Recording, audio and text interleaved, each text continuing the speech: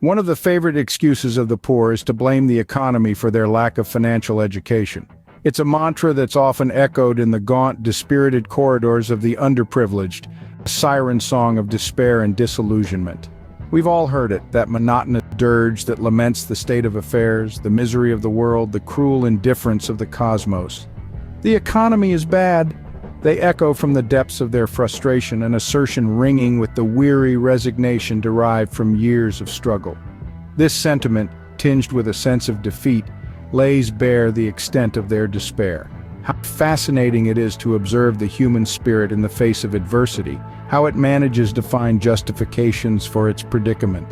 It is as though the poor are trapped within the confines of a self-fulfilling prophecy, bound by the chains of their own misconceptions. "Nobody is buying" is another refrain that is thrown around with an air of melancholy. It is a claim that implies a stagnation, a global freeze where commerce has halted and economic engines have sputtered to a standstill. But is this true? Across the world, trade and commerce continue to flourish. Markets continue to hum with unceasing activity, yet within the narrow perimeters of their experience, their world is one of bleak inactivity and stifling immobility. Then there's the ubiquitous scapegoat: the government is to blame. A sentence that allows for the shifting of blame, the transfer of responsibility from the individual to a faceless entity. Indeed, the government is an easy target, a convenient straw man to bear the brunt of their dissatisfaction. Often it is not the government's ineffective policies, but rather their own lack of knowledge and financial management that leads to their impoverishment. The bank has high interest rates, they would gripe, their faces pinched with a mix of frustration and resentment. For them, the bank is a veritable fortress of avarice, a bastion of greed, where the rich grow richer and the poor poorer. But are they not aware that banks offer a variety of financial products, each with varying interest rates? Is it their ignorance or their unwillingness to seek out viable financial solutions that bind them to this narrative of victimhood? What they fail to realize is that these are just excuses, merely an externalization of their internal fears. It is their fear of confronting their financial inadequacy, their fear of stepping out of their comfort zone, and their fear of accepting responsibility for their financial situation. They are not victims of a flawed system, but rather victims of their own inaction and apathy. Indeed, it is easier to blame an invisible force, an omnipresent entity, or a faceless institution than to accept personal responsibility. It's a psychological trick we play on ourselves, a form of cognitive dissonance that allows us to absolve ourselves of guilt and blame. In reality, it's not the economy, the government, or the banks that are to blame for their financial predicament. It is their lack of financial education. It is the absence of vital knowledge, the gaping lacuna in their understanding of fiscal matters that is responsible for their financial woes. It is their inability to leverage existing resources, their failure to grasp the nuances of the financial system, their lack of resilience in an ever-evolving economic landscape.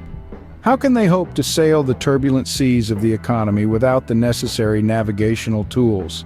How can they aspire to financial stability without a basic understanding of the financial system? It is akin to attempting to pilot an aircraft without an understanding of its controls. Their lack of financial education and their refusal to seek it is the crux of their plight. Thus, it is not the external conditions, the state of the economy, or the actions of the government or banks that are responsible for their impoverishment. It is their own lack of understanding, their own unwillingness to seek knowledge, to adapt, to grow, to take responsibility for their actions. That is the root cause of their financial predicament. Their narrative of blame and excuses is but a smokescreen, a facade to hide their own inadequacies. It is an unhealthy coping mechanism, a crutch that allows them to limp along, never realizing the full potential of their capabilities. It is a shield that protects them from the harsh reality of their failure, a wall that insulates them from the bitter truth of their situation. Excuses, excuses, excuses. Are interest rates in your country too high, or on the contrary, too low? This is a question that we all ponder over often. Either way, professional investors come out on top, and you must be wondering why. Let's break it down for you. First, let's say you buy a property today and secure a long-term mortgage with an 8% interest rate. Let's face it, 8% isn't a small amount, but it's a decision well made, as it can turn out to be incredibly profitable.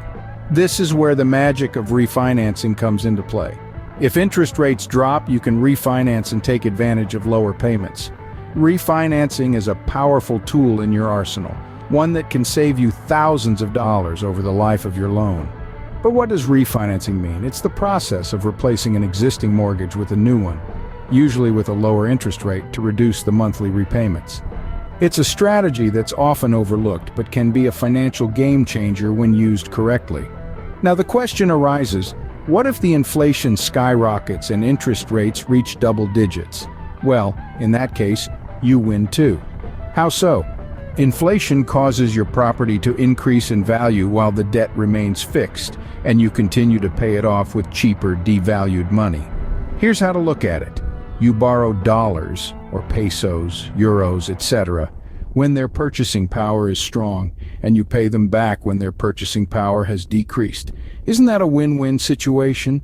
It is indeed. You borrow when the currency is strong and repay when it is weaker. It's as if you're playing a game of chess and you've cornered your opponent. Now, another thing that often worries people is that low interest rates would turn more people into homeowners and decrease rents. Although this phenomenon may occur initially, over time, properties would increase in price. And why does this happen? It's because the number of people buying real estate due to the low interest rates would eventually be so high that buying a property would no longer make sense for the majority of them. So they would have no choice but to rent. This is when you can strike gold, with your property value soaring high. When interest rates drop, you can refinance or sell your property at a higher price. This is because when interest rates drop, capitalization rates also decrease. And here's a little secret: the lower the capitalization rates, the higher the value of properties. But let's not forget about the scenario where interest rates rise due to an increase in inflation. Sounds like a nightmare? Not exactly. In fact, this could be another opportunity for you to excel. You increase the rent and pay off your loan with cheaper money. So, regardless of the direction in which the interest rates swing, you, as an investor, can always turn it in your favor. In conclusion, the world of finance and investments can be seen as a big chessboard where you, as a player, need to know the rules and strategies to win. Understanding how interest rates work and how to manipulate them in your favor can be the difference between lost game and a triumphant win. So, are interest rates in your country too high, or are they too low? No matter what the case may be, do not worry. Remember, when interest rates rise due to an increase in inflation, you increase the rent and pay off your loan with cheaper money. Regardless of the direction interest rates take, professional investors always come out on top, regardless of the market's direction. It's a fascinating game of wit and resilience, played by those who have mastered the art of playing with numbers, anticipating trends, and deciphering economic indicators. At first glance, it might seem almost magical how these individuals always find a way to navigate through the stormy sea of investment. However, if we look closer, we would find that it is not magic, but a combination of skills, knowledge, and strategy that helps them stay afloat and even sail towards success. From understanding market dynamics to leveraging the power of diversification, from timing the market accurately to making informed decisions based on comprehensive research, the strategies are diverse yet interconnected. One such golden rule that these investment wizards stick by is to always be contrarian. Contrarian investing might seem like a departure from conventional wisdom, but it's a testament to the art of going against the grain. It's about finding value where others see none, and seeing potential pitfalls where others see nothing but opportunity. It's not about being obstinate or stubborn, but about being astute and discerning. This is where the wisdom of Warren Buffett, one of the greatest investors of our time, becomes priceless. His words portray the essence of contrarian investing with such simplicity and eloquence that it almost feels like an enlightening epiphany. As he said, buy when everyone is selling and sell when everyone is buying.